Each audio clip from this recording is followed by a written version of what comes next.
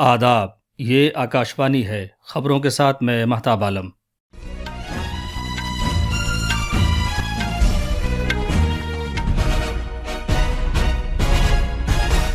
وزیر اعظم نریندر مودی نے کہا ہے کہ اگلے 5 سال میں اناج کے ذخیرہ کرنے سے متعلق دنیا کی سب سے بڑی منصوبہ بندی کے تحت ملک بھر میں 700 لاکھ میٹرک ٹن اناج کے ذخیرہ کرنے کی سہولیات مہیا کرائی جائیں گی۔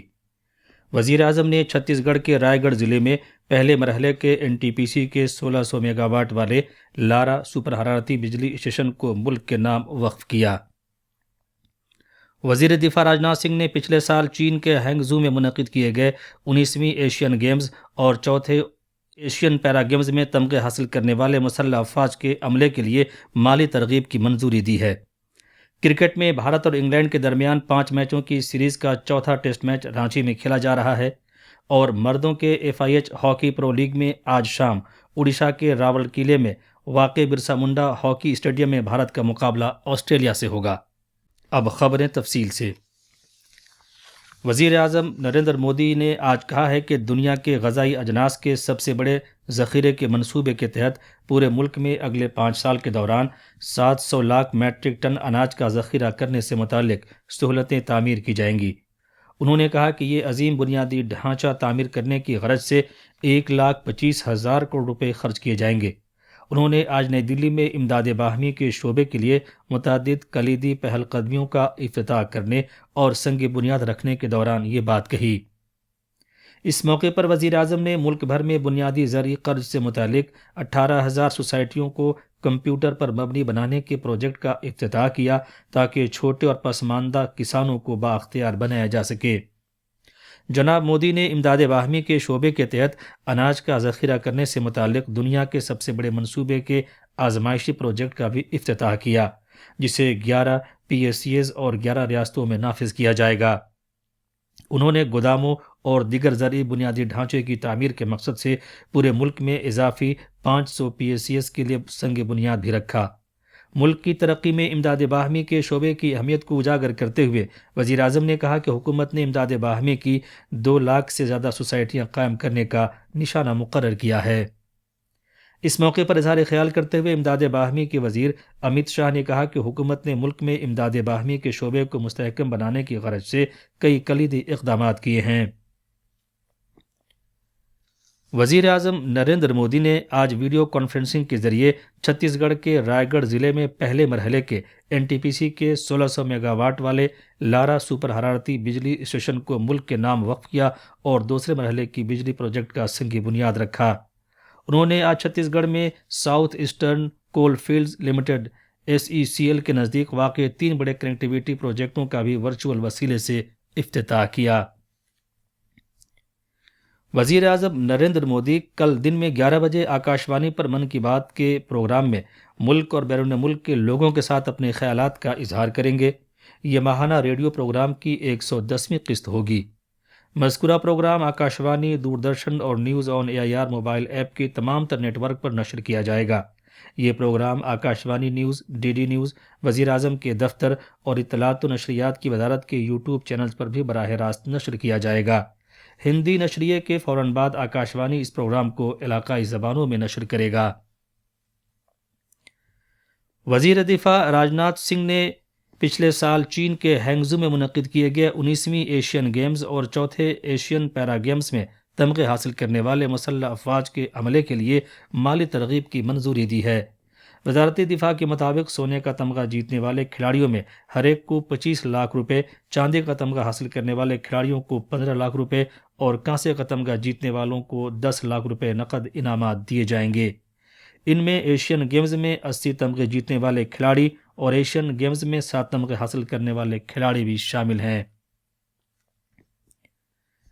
نئی دلی میں جاری رائسینہ مذاکرات سے الگ وزیر خارجہ ڈاکٹر ایس جے شنکر نے آج آسٹریلیا کے نیشنل انٹیلیجنس کے دفتر کے ڈائریکٹر جنرل اینڈریو شیرر سے ملاقات کی۔ جناب جے شنکر نے کل چیک جمہوریہ، رومانیہ اور بھوٹان کے اپنے ہم منصب وزراء سے ملاقات کی تھی۔ جناب جے شنکر نے بھوٹان کے وزیر خارجہ DN ڈونگیل کا بھی خیر مقدم کیا۔ وہ اپنا عہدہ سنبھالنے کے بعد پہلی مرتبہ بھارت کے دورے پر آئے ہیں۔ بھارت کے انتخابی کمیشن نے ریاستی سرکاروں کو ہدایت دی ہے کہ وہ اس بات کو یقینی بنائیں کہ جن عہدیداروں کا 3 سال کی مدت پوری کرنے کے بعد ضلع سے باہر تبادلہ ہو گیا ہے انہیں اسی حلقے کے اندر کسی ضلع میں تعینات نہ کیا جائے۔ آج جاری ایک نوٹیفیکیشن میں انتخابی کمیشن نے ریاستوں اور مرکز کے زیر انتظام علاقوں کو اس پالیسی کو لفظ بلفظ نافذ کرنے کی ہدایت کی ہے۔ ریاستی سرکاروں کے ذریعے عہدیداروں کے ایک ہی پارلیمانی حلقے کے اندر متصل اضلاع میں تبادلے یا تعیناتی کے معاملے سامنے آنے کے بعد انتخابی کمیشن نے یہ فیصلہ کیا ہے۔ یہ خبریں آکاشوانی سے نشر کی جا رہی ہیں۔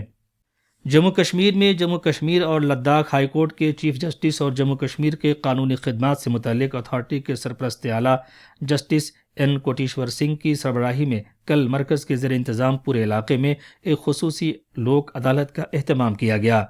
اس خصوصی لوک عدالت میں کل 271 صارفین کے مقدمات نمٹائے گئے، جن میں 44 مقدمات آپسی طور پر نمٹائے گئے اور تقریباً 40 لاکھ روپے تصفیہ کے طور پر ادا کیے گئے۔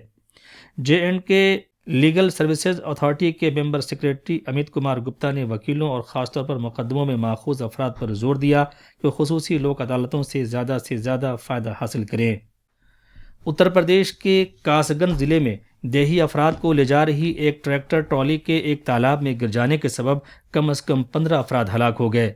مرنے والوں میں 8 بچے اور 7 خواتین شامل ہیں۔ یہ دیہی افراد پورنیما کے مقدس موقع پر اشنان کرنے کی غرض سے دریائے گنگا کی طرف جا رہے تھے۔ علی گڑھ رینج کے IG شلبھ ماتھر نے بتایا ہے کہ ٹریکٹر کا ڈرائیور سڑک پر سامنے سے آ رہی ایک کار سے بچنے کی کوشش کے دوران گاڑی پر اپنا کنٹرول کھو بیٹھا۔ غزہ میں جنگ بندی کے بارے میں بات چیت پیرس میں جاری ہے۔ ذرائع کے مطابق اسرائیل کے موساد انٹیلیجنس سروسز کے سربراہ کے ہر فریق قطر، مصر اور امریکہ کے ساتھ الگ الگ میٹنگوں کے بعد یہ بات چیت شروع ہوئی ہے۔ دوسری جانب حماس کے ایک عہدیدار نے کہا ہے کہ ملیٹنٹ گروپ نے قاہرہ میں جنگ بندی سے متعلق بات چیت ختم کر دی ہے اور اب اسے ثالثوں کی اسرائیل کے ساتھ ختم ہونے والی بات چیت کے نتائج کا انتظار ہے۔ بھارت اور عمان نے آثار قدیمہ کے شعبے میں ایک دوسرے کے ساتھ تعاون کرنے سے اتفاق کیا ہے۔ بھارت کے آثار قدیمہ کے محکمے کے ایک وفد نے اس مہینے کی 21 اور 22 تاریخ کو عمان کے آثار قدیمہ کے قومی دفتر کا دورہ کیا تھا۔ وفد کے دورے کا مقصد دونوں ملکوں کے درمیان آثار قدیمہ کے محکمے میں باہمی تعاون کے امکانات تلاش کرنا تھا۔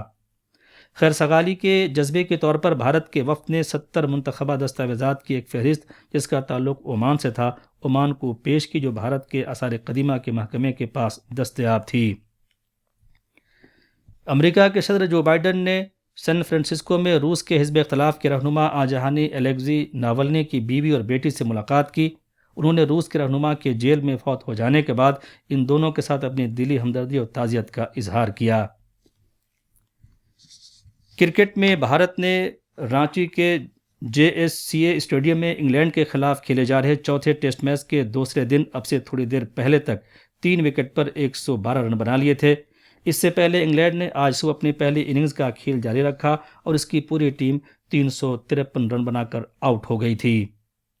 انگلینڈ کی جانب سے جوئے روٹ نے 122 رن بنائے۔ مردوں کے FIH ہاکی پرو لیگ میں آج شام اڈیشہ کے راولکیلا میں واقع برسا منڈا ہاکی اسٹیڈیم میں بھارت کا مقابلہ آسٹریلیا سے ہوگا۔ میچ شام 7 بجے شروع ہوگا۔ پوائنٹس کے درجہ بندی میں سردست بھارت چوتھے مقام پر جبکہ آسٹریلیا دوسرے نمبر پر ہے۔ آخر میں خاص خبریں ایک بار اور۔ وزیر اعظم نریندر مودی نے کہا ہے کہ اگلے 5 سال میں اناج کے ذخیرہ کرنے سے متعلق دنیا کی سب سے بڑی منصوبہ بندی کے تحت ملک بھر میں 700 لاکھ میٹرک ٹن اناج کے ذخیرہ کرنے کی سہولیات مہیا کرائی جائیں گی۔ وزیر اعظم نے چھتیس گڑھ کے رائے گڑھ ضلع میں پہلے مرحلے کے NTPC کے 1600 میگا واٹ والے لارا سپر حرارتی بجلی اسٹیشن کو ملک کے نام وقف کیا۔